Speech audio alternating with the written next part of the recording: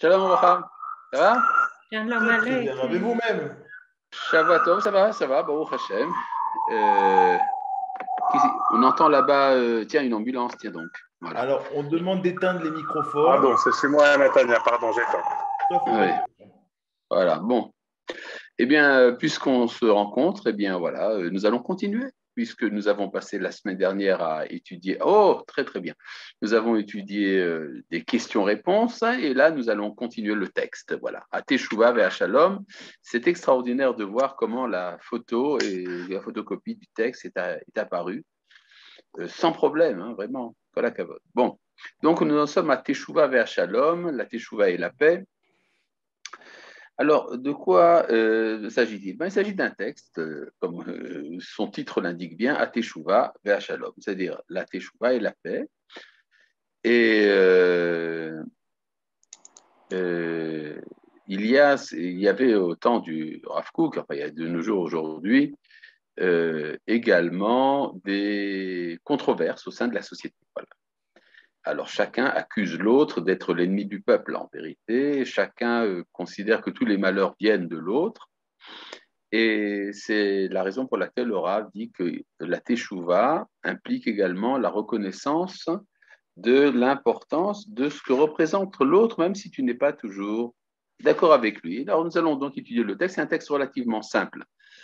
Achim Yekarim, frères, chers, Akoavim et Kev Amenu, qui souffrent de la souffrance de notre peuple, Vechashim bechol melo nishmatam et aristotav et tsarotav, pelvonotav anoreim, mais qui ressentent dans la totalité, dans la plénitude de leur âme, ces destructions et ces malheurs et ces vexations terribles.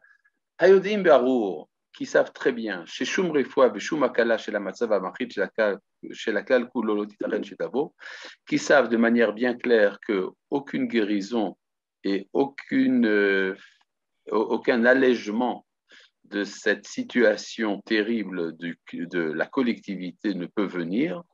Zulat, Aliédé, Ashiva et les Yadlutenu, si ce n'est par le retour au berceau de notre enfance, El Eretz Hakedosha, le pays de sainteté, le pays saint, Livnota, Uli Banotba, le reconstruire et s'y construire. C'est-à-dire, ça, c'est une expression proverbiale employée par les Chalutzim, les pionniers, qui disaient Anu Banu Arza, Livnot Uli Banotba, nous sommes venus dans le pays pour construire et pour y être construit en elle, en lui. C'est-à-dire que le pays d'Israël est une sorte de régénérescence. Donc, nous savons très bien que si nous voulons retrouver notre santé, disons, nationale, notre vigueur primordiale, il faut revenir à notre terre. Igi Azman, Shenavo l'idée à Maskana, Shel, Kol, Sibuche Marchavot, Shelanu, le temps est arrivé que nous arrivions à la conclusion de toutes les complications de nos pensées. L'idée à Karash et Sof Kol Sof, arriver à la conscience que malgré tout, Hareshit Vacherit Shel Mifalenu Aklali Ataun Kolkar Meretz Kolkar Kisharon, que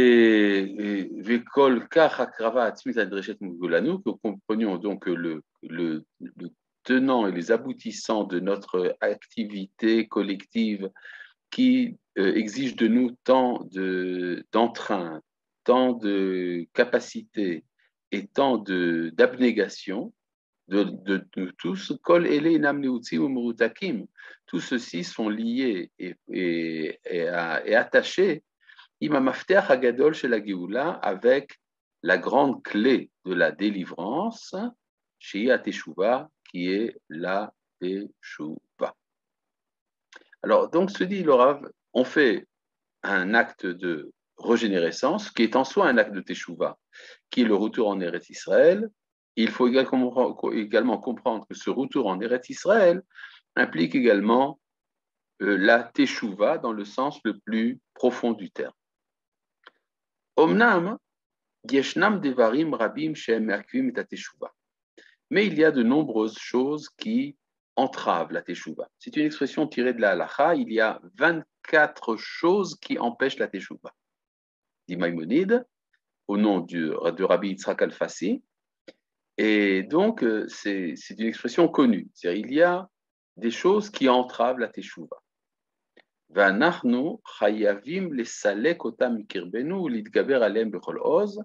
Et nous avons le devoir de les ôter de notre sein et de les surmonter en toute puissance.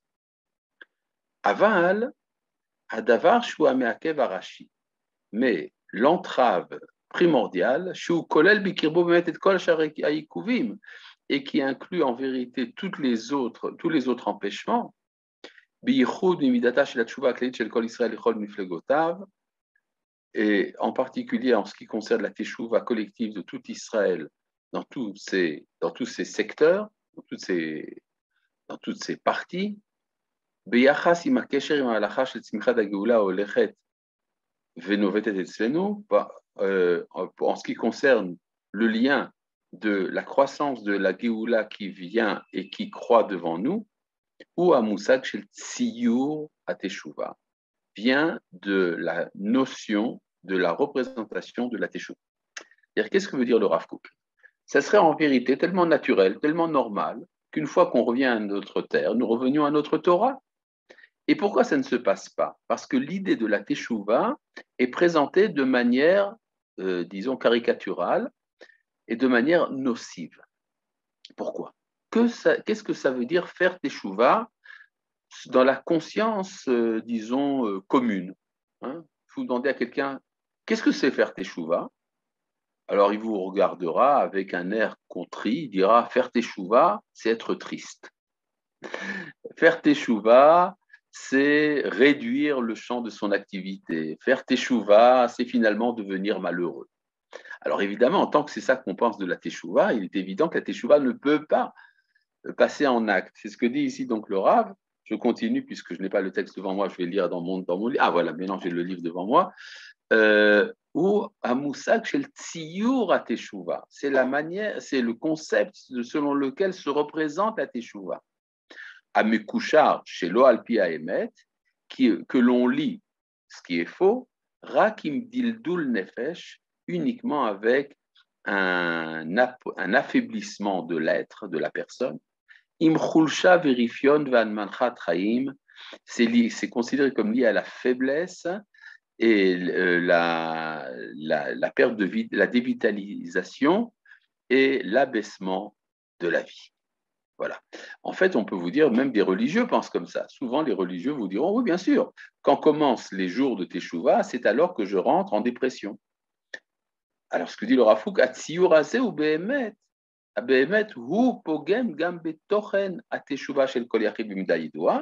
cette représentation entame le contenu de la teshuva, même de l'individu, d'une manière bien connue, avalioter mikol hu, mais beaucoup plus que tout cela, il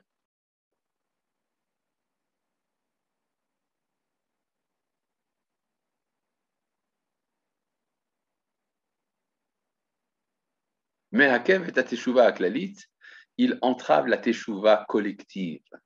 Shim muchachat lavo kaet im rishme kave ageula, qui est nécessaire, dont la venue est nécessaire avec les traces des rayonnements de la délivrance, qui exige de nous d'être puissants dans notre esprit. Mais les echaïl remplis de bravoure, ou mishtokekim, les sovatal shel achaim, et nous devons espérer la satiété de la rosée de vie, chez Yetzira, Atsuma Veshlera Ananut, d'une créativité puissante et pleine de fraîcheur. Et en fait, ce que dit le Rav, c'est que dans le mouvement de la Teshuvah collective, il y a une recherche d'un retour à la vigueur, à la puissance de la vie, à la vitalité totale. C'est ça qui inspire en vérité le sionisme. Or, ce sionisme, quand on lui dit, voilà, en même temps que se produit le mouvement sioniste, doit se produire un mouvement de Teshuvah, alors c'est compris dans le public comme étant deux éléments contradictoires. Comment, d'une part, revenir à sa pleine santé nationale, et d'autre part, faire teshuva en même temps. C'est contradictoire, parce que nous savons que faire teshuva, justement, c'est une perte de vitalité. Alors, ce que dit le Rav Kook, c'est là que vient l'erreur. Il faut donc faire une correction, une rectification du concept de la teshuva. Ou bishvilkar, et c'est la raison pour laquelle Inenu chayavim legalot et arazazé. Nous avons le devoir de révéler ce secret. Chez Teshuva ha'amitit shel kol Israël, que la véritable teshuva de tout Israël, chez Hashiva l'eret Israël haolechet ou mitgaberet bekirbenu yechad mechuliotea agdolot, dont le retour en Eret Israël qui va en se renforçant au sein de nous est un des chaînons les plus importants. C'est-à-dire pour le Rav Kook, donc, nous savons que le retour d'Israël sur sa terre est un des éléments les plus importants de la teshuva collective.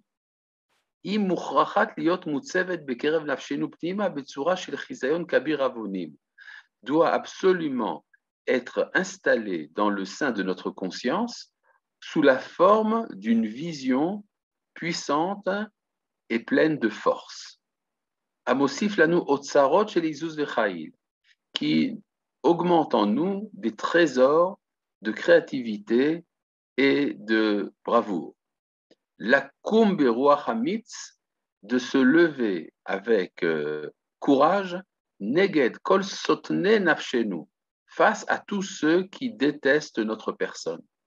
Ou leafim bekirbenu, et faire et insuffler en nous ruach naale, un esprit suprême, shel koach yotzer, de force créative, poré veshotef, féconde et envahissante, bechol ha'arachim haruchani va'maasim shelanu, dans toutes les valeurs spirituelles et pratiques qui sont les nôtres, be'oz tzur Israël, par la puissance du rocher d'Israël. Une petite remarque sur ce terme de Tzur Israël. Tzur Israël, c'est l'expression qui désigne Dieu dans la déclaration d'indépendance de l'État d'Israël. C'est intéressant de voir comment est-ce qu'on est arrivé précisément à ce terme-là et pas à un autre. Alors, vous savez que lorsque la déclaration d'indépendance a été signée, auparavant, il y avait des négociations entre les différentes factions du peuple. Les religieux ont dit, si vous ne mettez pas le nom de Dieu dans la déclaration d'indépendance, nous ne signons pas. Oui, mais les marxistes et communistes et anti-religieux, eux aussi ont dit, si vous mettez le nom de Dieu, nous ne signons pas. Alors, comme à l'habitude en politique, on a décidé de mettre une expression poétique que chacun pourrait interpréter à sa manière. Tzur Israël, le rocher d'Israël. Alors certains vous diront, Tzur Israël, le rocher d'Israël, c'est Dieu. Et d'autres, non, le rocher d'Israël, c'est la pérennité historique, etc. Et donc, comme d'habitude, on est arrivé à un compromis. Or, ce qui est extrêmement intéressant, c'est de voir que ce compromis, en fait, correspond au projet de la Providence. En effet, nous avons des sources, aussi bien talmudiques que kabbalistiques, qui nous disent que le nom de Dieu au moment de la Géoula, c'est précisément Tzur Israël, le rocher d'Israël. Et pourquoi Tzur? Parce que Tzur vient également du mot Yotzer, qui veut dire créateur. C'est comme si c'était une nouvelle naissance. Le Rav Kook, qui connaît ses sources, qui n'a pas eu la chance de voir la fondation de l'État d'Israël, sait déjà que l'État d'Israël sera fondé par Tzur Israël en particulier. D'ailleurs, le roi David disait de lui-même, Li diber Tzur Israël, c'est de moi dont a parlé le rocher d'Israël. Eh bien, donc, je reviens ici au texte. Donc, ce que dit le Rav Kook, si nous devons renaître, nous devons nous baser sur le rocher d'Israël, tout cela doit nous insuffler de la puissance. Alors, avant de continuer, je ne peux pas me retenir de voir ce que dit le chat. Le chat nous dit la chose suivante, cette attitude vis-à-vis de la teshuva n'est-elle pas le reflet de la peur de se rencontrer soi-même et donc aussi les autres? Il y a énormément de raisons d'avoir peur de faire teshuva. D'abord, le fait de se remettre en question, de devoir se corriger, tout changement est difficile, évidemment. Maintenant que nous avons fini avec ce chat, nous revenons donc au texte. C'est extraordinaire la manière dont David manie et gère la présence du texte. Il enlève le texte, il le remet, quand la cavote. Va teshuva achaya, et la teshuva vivante. Shinovat, qui découle, l'ominefashot bodedot merusakot, qui ne vient pas d'esprit isolé et brisé. Et la mitoch otsar aneshama chez la klal kulo, mais qui trouve sa source dans le réservoir de l'âme, de la collectivité tout entière, Knesset Israël, c'est-à-dire l'Assemblée d'Israël, Ameachedet Bikirba, et Kol Evarei Arabim Vashonim, qui rassemble en son sein tous ces organes nombreux et différents. Vous comprenez que pour le Rav Kook, l'âme collective d'Israël se manifeste dans l'ensemble des factions d'Israël, même chez les religieux. Hi ba'a elenu, elle vient à nous, c'est-à-dire cette teshuva, à l'idée ofaot, à travers des phénomènes, shanu yocholim lechalek et pirkem ba'akara dargaït, dont nous pouvons signaler les différentes phases de manière échelonnée, be'ofen amashiv lanu arba arachim nitzriim, qui nous ramène à 4 valeurs éternelles, shehem mevutaim beshemot, qui sont désignées par des termes, kavod, chiba, da'at, v'chaim. L'honneur, le chérissement, la connaissance et la vie. Bon, alors, de quoi s'agit-il? Qu'est-ce qu'il nous veut ici, le Rav Kook? Le Rav Kook entre ici dans un sujet qui sera développé encore plus dans le chapitre à venir, qui est de savoir comment est-ce qu'une nation se rapproche des valeurs qu'elle a oubliées. Alors, il s'agit ici, par exemple, des valeurs de la Torah.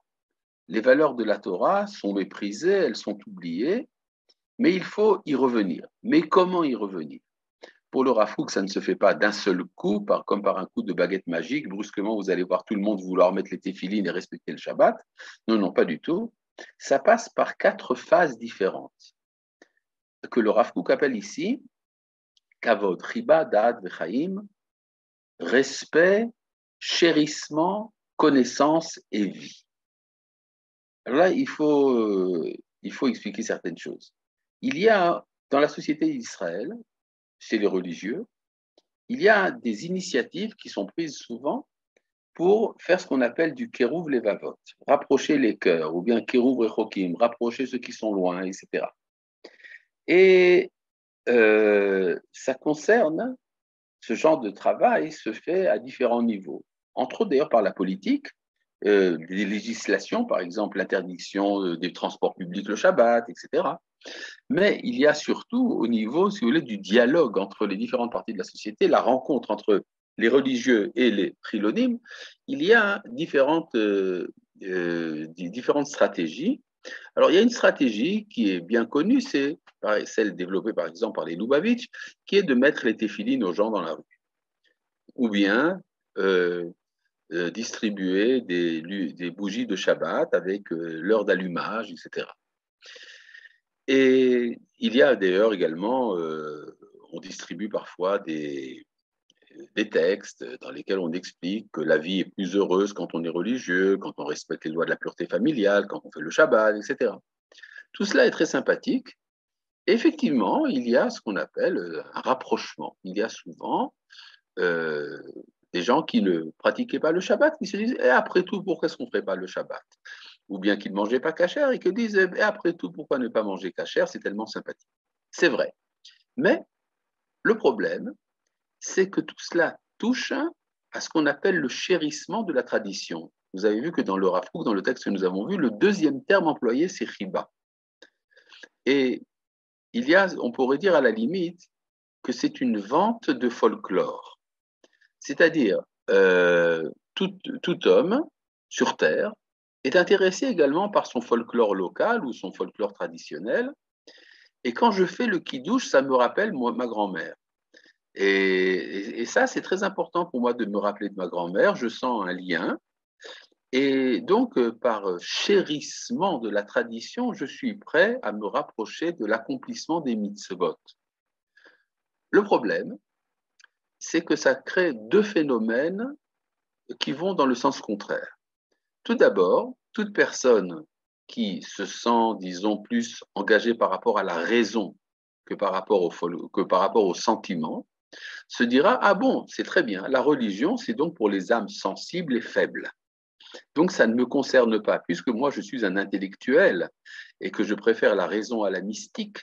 Donc ce mouvement de Teshuvah ne me concerne pas. À la limite, même, je considère qu'il n'est pas, non seulement il n'est pas fait pour moi, mais il est même dangereux d'une certaine manière. Mais il y a aussi autre chose, qui est peut-être en fait beaucoup plus profond. C'est que même chez celui qui est prêt à se rapprocher de l'accomplissement des mitzvot pour des raisons de sensibilité nationale ou folklorique ou traditionnelle, continue de penser que les valeurs ultimes de la société ne sont pas dans la synagogue ou dans la yeshiva, mais se trouvent, par exemple, dans la Cour suprême, ou bien ce qu'on appelle le Machon haïsraéli et Démocratia, l'Institut israélien pour la démocratie, des institutions telles que Van Leer, Mandel, etc. C'est-à-dire que intérieurement, il y a un complexe d'infériorité qui n'est pas surmonté par rapport à la culture ambiante, parce qu'on ne touche pas au sommet de la pyramide. Le sommet de la pyramide est un sommet de type, pourrait-on dire, intellectuel, idéologique. Or, dans tout comportement, il y a toujours un substrat idéologique, même s'il n'est pas toujours conscient chez celui qui l'applique. C'est-à-dire, par exemple, quand vous trouvez un religieux, et je ne sais pas si le religieux comprend exactement quelle est la source de son comportement religieux. De même, chez le chiloni ou chez l'homme de droite ou l'homme de gauche, ils ne sont pas toujours conscients de manière bien claire de l'idéologie précise qu'il émeut, mais ça existe. Et l'exemple le plus classique, c'est le prolétariat communiste, il n'est pas toujours évident que celui qui participe à la révolution et à la dictature du prolétariat a lu le manifeste du Parti communiste, et à plus forte raison s'il a lu le Capital. Mais pourtant, c'est ça qui l'actionne. Or, ce qui se passe également dans la société israélienne, comme dans toute société, il y a une confrontation au niveau des idéologies. Alors, il est toujours facile de dénigrer l'autre et dire l'autre, oui, il est intéressé par des questions sordides, d'argent, d'honneur, de plaisir, etc. Mais derrière tout ça, derrière tout le Yetzer Hara, se cache quand même une argumentation idéologique, ce que j'appelle le sommet de la pyramide.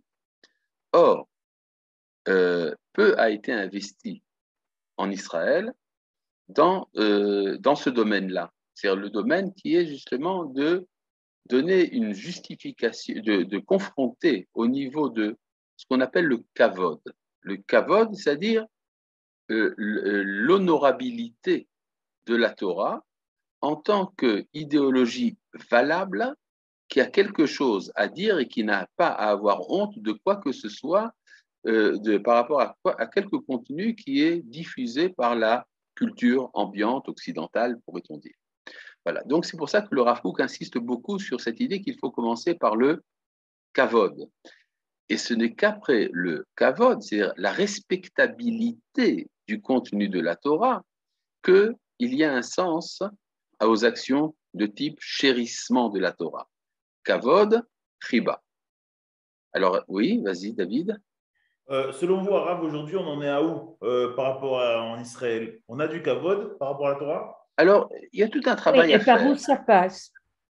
Il y a tout un travail à faire. Par exemple, moi personnellement, ma contribution à ça, c'est que j'ai fondé une institution que j'ai appelée Amachon, Bet Sefer Agavoa le Chochmat Haemuna, une haute école d'études juives, enfin de pensée juive, dans laquelle justement la Torah est étudiée par rapport à sa confrontation aux grands problèmes de notre temps. Souvent, vous aurez un problème dans une yeshiva, des questions de comment est-ce qu'on règle le problème d'un taureau qui a encorné une vache, ça c'est bien étudié, mais comment est-ce qu'on règle la constitution d'un État, ou bien comment est-ce qu'on actionne une armée, une police, des universités, etc. Tout cela n'est pas étudié, alors que la Torah a effectivement un projet très important par rapport à l'organisation de la société. Et donc, il y a effectivement une carence. Ce qu'on appelle par exemple le mishpat ivri, le droit hébraïque. On commence à en parler. Effectivement, on en parle et ce n'est pas... alors, ça commence à être connu, mais c'est considéré comme quelque chose de désuet. Et d'ailleurs, quand j'ai pu avoir des entretiens avec des connaisseurs, des dayanim, qui s'intéressent à une constitution de l'État d'Israël à la lumière de la Torah, je n'ai pas toujours eu le sentiment qu'ils connaissaient leur sujet à fond. C'est-à-dire, comment est-ce que la chose étatique est comprise? Comment les relations internationales sont comprises? Effectivement, donc, il y a une carence. Mais enfin, Baruch Hashem, nous sommes en train d'essayer de la combler. Alors, où est-ce que je donne des cours là-dessus? Non, ça, pour ça, il faut s'inscrire. C'est pas une chose. Je vous avais déjà envoyé le lien. Je vais vous renvoyer le lien en même temps que je vous enverrai les enregistrements sur la Beth Sefer du Rav. Merci. Oui. Oui, mais ce n'est pas ouvert à tout le monde, cette école. Non, absolument pas. Il faut si nous avons quelque chose comme 25 personnes par an, et nous en sommes à la deuxième promotion. Et c'est un programme sur 2 années.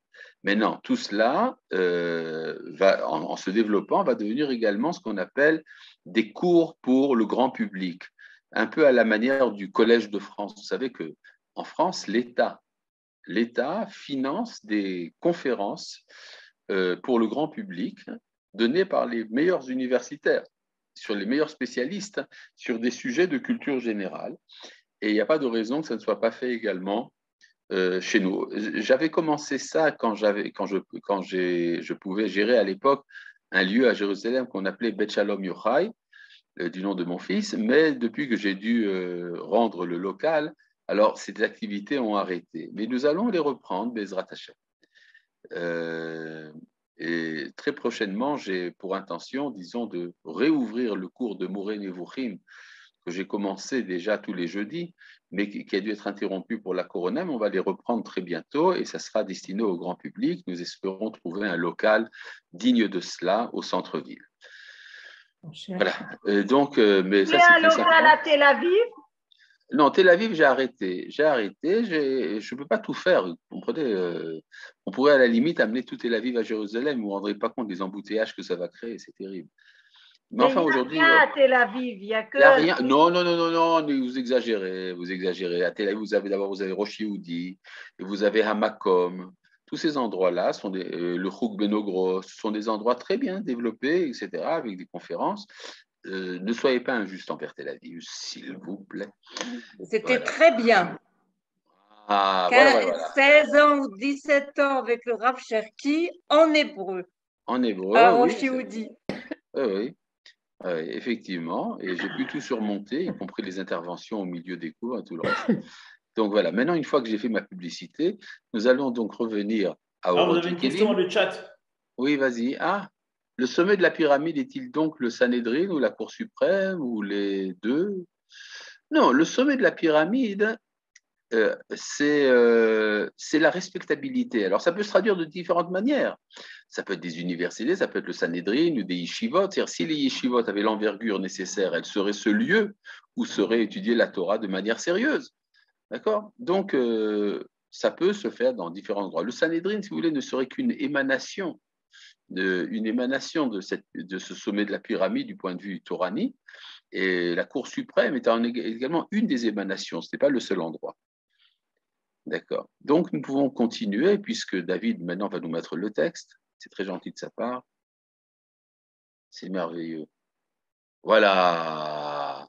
Donc, Shem Evutaim Bashemot Kavod Chibad Ad Bechaim, qui sont représentés par les expressions Kavod, c'est-à-dire le respect, Chiba, le chérissement, c'est ce que j'ai appelé le folklore, Da'at, la connaissance, c'est-à-dire une fois que l'on a un certain chérissement et un certain respect pour sa propre tradition, on veut la connaître. Alors on l'étudie, Vechaim et la vie, c'est-à-dire c'est pratiqué dans la vie pratique, c'est l'accomplissement des mitzvot, entre autres.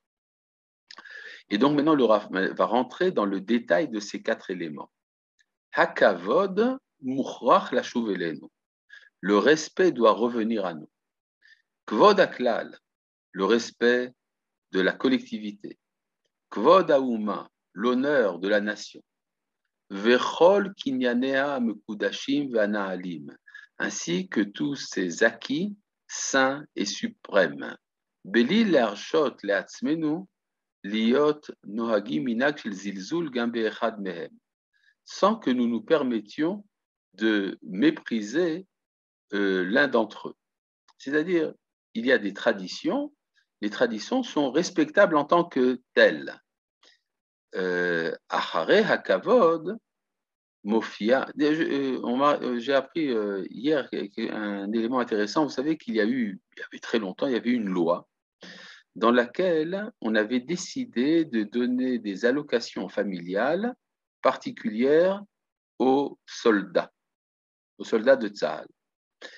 Et à la même époque, les religieux avaient réussi à faire passer dans la loi que également les avrechim, les étudiants des kolélim, des yeshivot, eux aussi recevraient ces allocations familiales. Et alors, il y a eu une protestation à la Cour suprême. Un musulman a demandé que les allocations en question soient données également aux étudiants d'études islamiques. Si on donne aux étudiants de la Torah, pourquoi ne pas donner des allocations aux étudiants d'études islamiques? Et il y a eu un psaq-din intéressant du juge Tirkel. Le juge Tirkel a fait une décision, a donné une décision qui aujourd'hui ne serait jamais passée. Il a dit on ne peut pas ignorer la contribution des yeshivot à l'édification de l'esprit national juif. Et donc, ce n'est pas une discrimination. L'État, en tant qu'État juif, a le droit de favoriser les étudiants des yeshivot, et ça ne concerne pas les étudiants d'études islamiques. Essayer de faire passer un truc pareil aujourd'hui, ça serait un tollé général. Mais enfin, bon, ce que dit ici le Rav Kook, c'est un peu ce qu'a fait le juge Tirkel, il a fait un peu ce que dit le Rav Kook. Il ne faut pas mépriser nos propres valeurs, nos propres traditions. Achare hakavod, après l'honneur, après le respect, mofia achiba, c'est alors qu'apparaît le chérissement. Belo kavod ifshar shetavo chiba idéalite. S'il n'y a pas de respectabilité, il ne peut pas y avoir de chérissement idéal. Vous avez remarqué donc que le Rav Kook est d'accord avec moi qu'il faut d'abord passer par le retour de la respectabilité. Et après, on peut parler donc de chérissement des traditions. Et en même temps que apparaît la respectabilité, c'est alors que le chérissement noble apparaît et envoie ses rayons. Une fois qu'il y a le chérissement, c'est alors que vient l'exigence de la connaissance. Effectivement, nous voyons aujourd'hui dans de nombreux milieux chilonim une exigence d'étude de la Torah pour les chilonim. C'est-à-dire, nous ne voulons pas accomplir les mitzvot, mais nous voulons quand même savoir de quoi il s'agit. Qu'est-ce que le Talmud, qu'est-ce que le Zohar, etc. Et ces choses sont étudiées. Gerush am ha'aratziyut ve'aborut, le renvoi de l'ignorance et de la non-connaissance. Il y avait un des fondateurs du Shomer Hatzaïr, il s'appelait Yaakov Hazan. Quand il était très vieux, il a dit, il a parlé de ses problèmes, il a dit un de mes problèmes, c'est que moi j'étais un apikoros, j'étais donc un hérétique. Mais mes enfants sont des ignorants, des améharatzot. C'est-à-dire, ils ne savent même pas qu'est-ce qu'ils viennent nier. On peut dire d'une certaine manière que ça a été utile. Justement, le fait que nous sommes passés d'un refus de la tradition pour des raisons idéologiques à une ignorance de la tradition, c'est ça qui permet aujourd'hui à de nombreux jeunes chilonim de s'intéresser à la tradition sans qu'il y ait des réticences épidermiques comme il y avait auparavant. Absolument.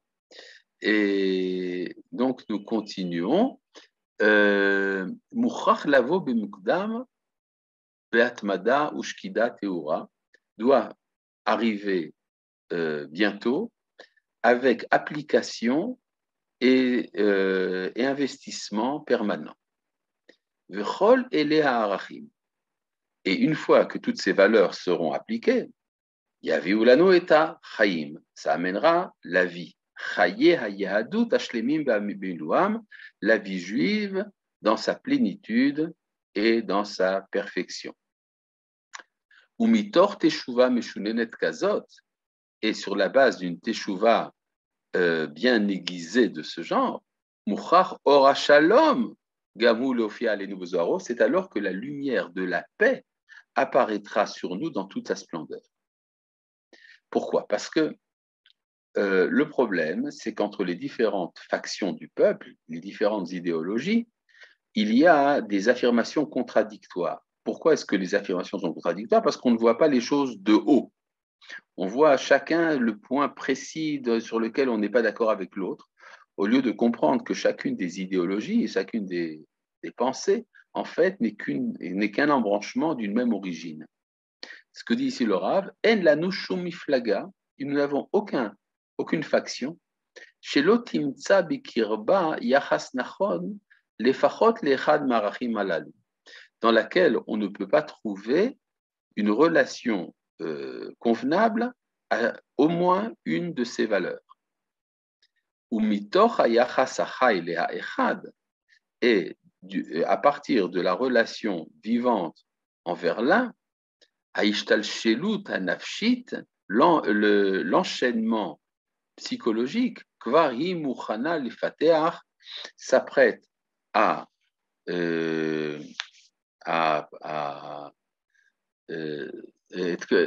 ouvrir et kol hashalshelet azot atuma, toute cette chaîne s'ouvre jusqu'au bout.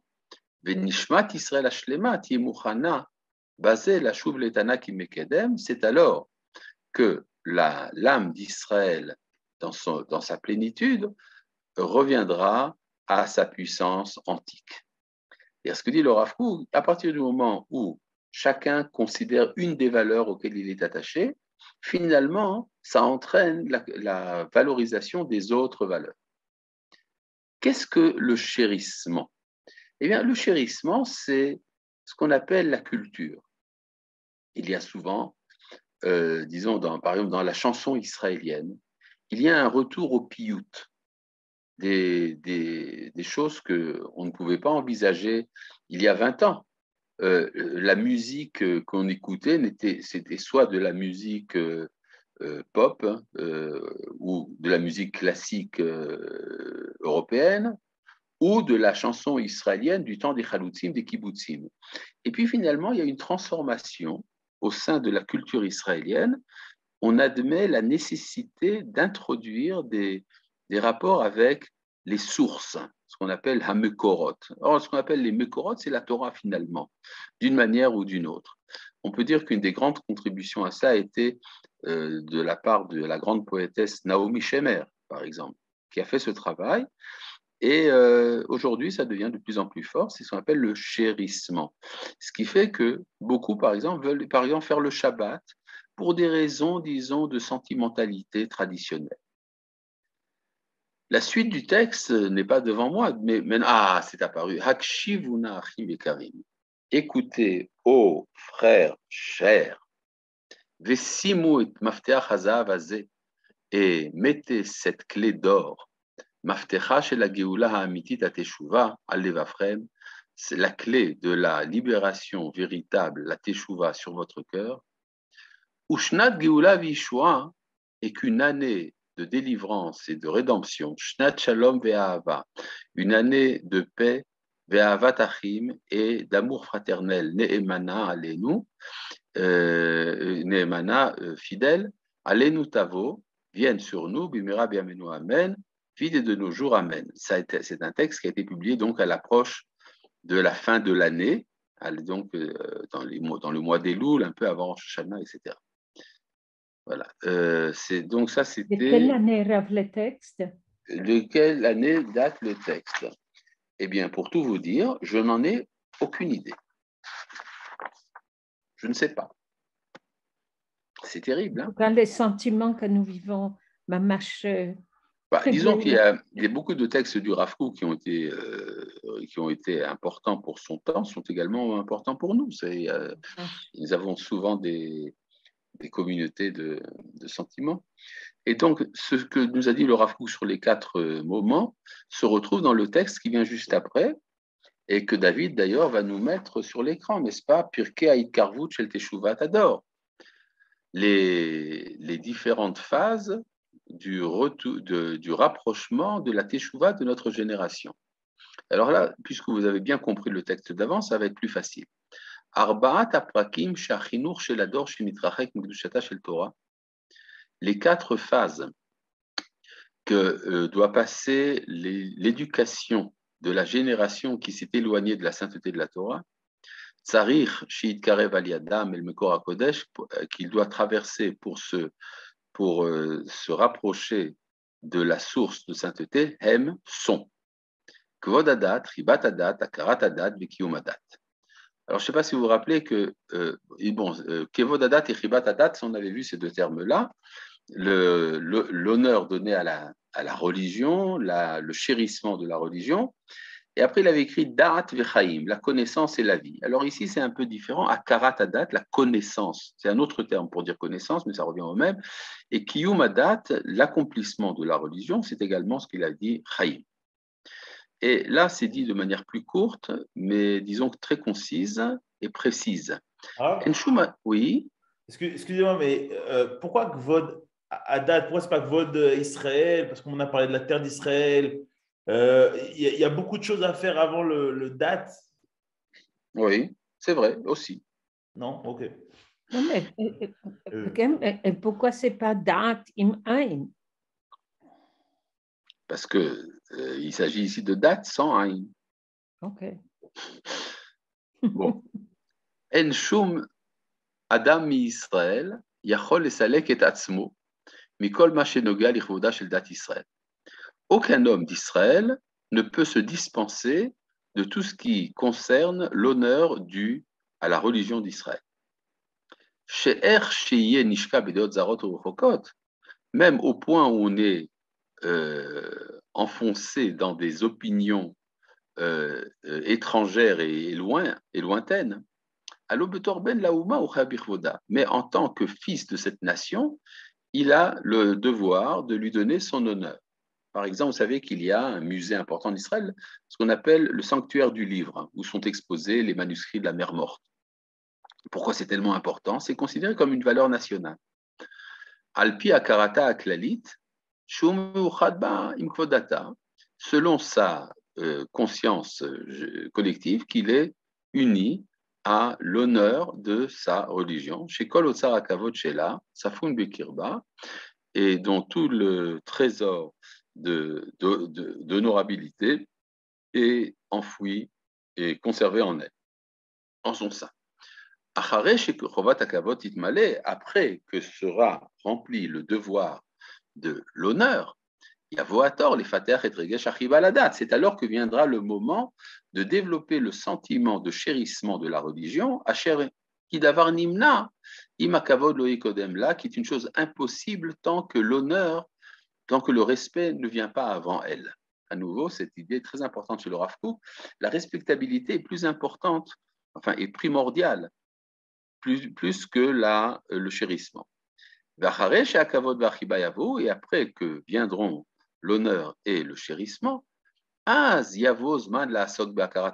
alors que viendra le moment de connaître la tradition chez l'autre, parce que vous savez, il y avait chez le Rav Tzviuda quelqu'un qui étudiait avec le Rav Tzviuda, et un jour il lui a dit « Je voudrais commencer à accomplir les mitzvot ». Et le Rav Tzviuda lui disait « C'est pas encore le moment ». Il a insisté, alors le Rav Tzviuda Kook lui dit ben, « Viens, on va ouvrir le livre des mitzvot, Sefer HaMitzvot de Rambam ». Et la première mitzvah, c'est de croire en Dieu. Alors, il a compris qu'il n'était pas encore prêt. D'accord. Aziavo Zman, la Sok Bakarat Adat, c'est alors que viendra le moment de connaître la tradition chez l'Otucha, la Vita Toilet Aretsuya, qui ne peut pas amener tout son bénéfice, toute son utilité Tant que le respect et le chérissement ne sont pas passés à l'acte. Ce n'est qu'après la connaissance qui viendra après le respect et le chérissement, nous pouvons alors espérer l'accomplissement de la tradition. Les Or shel Teshuvah, la lumière de la Teshuvah chez Tofial, Kol Achenu Mikarov ou Mirachok, qui apparaîtra sur tous nos frères, loin ou proches, la Shuv le Tzurish Am ou Misgavam, de revenir à leur rocher de délivrance et de libération, ou Miseh HaMafteach Shel HaGeula, ou Vazeh HaMafteach Shel HaGeula ou Ganouz, ce qui contient également la clé de la délivrance. Il y a ici une petite remarque en chat. Adat kolelet biikar haaretz haim efshar levarer et ze. La religion comprend essentiellement la terre. Est-ce qu'on peut expliquer cela? Non, on ne peut pas, parce que ce n'est pas le moment, ce n'est pas le sujet de notre texte. On pourra le faire peut-être la prochaine fois. Et donc, je continue maintenant avec le texte qui a brusquement disparu pour des raisons qui m'échappent. Ah, mais non, on n'a pas fini. Il y a le texte d'avant. Il y avait encore une ligne et demie. Ashrei ha'ish sheikar chelek ba'artzatam shel pirkei teshuva halalu, sheor Hashem aleh mirae. Heureux celui qui prendra part à l'élucidation de ces phases de teshuva sur lesquelles la lumière de Dieu se manifestera. Voilà, ça c'est donc le texte Chet. Il nous reste encore un texte dans le Rota Teshuvah que nous verrons Be'ezrat Hashem la prochaine fois. Shalom, shalom. Toda Rabba Rav Cherki. Et alors, on finit au Rota Teshuvah la semaine prochaine alors? Je pense, oui. Be'ezrat Hashem. Est-ce qu'on peut faire une Seudat Sioum sur Zoom? Oui, bien sûr, ça se mange très bien. Oui, bien sûr. Allez, on va. Des dates. Toda Rabba Rav Cherki. Est-ce que le Rav Bochko est parmi nous?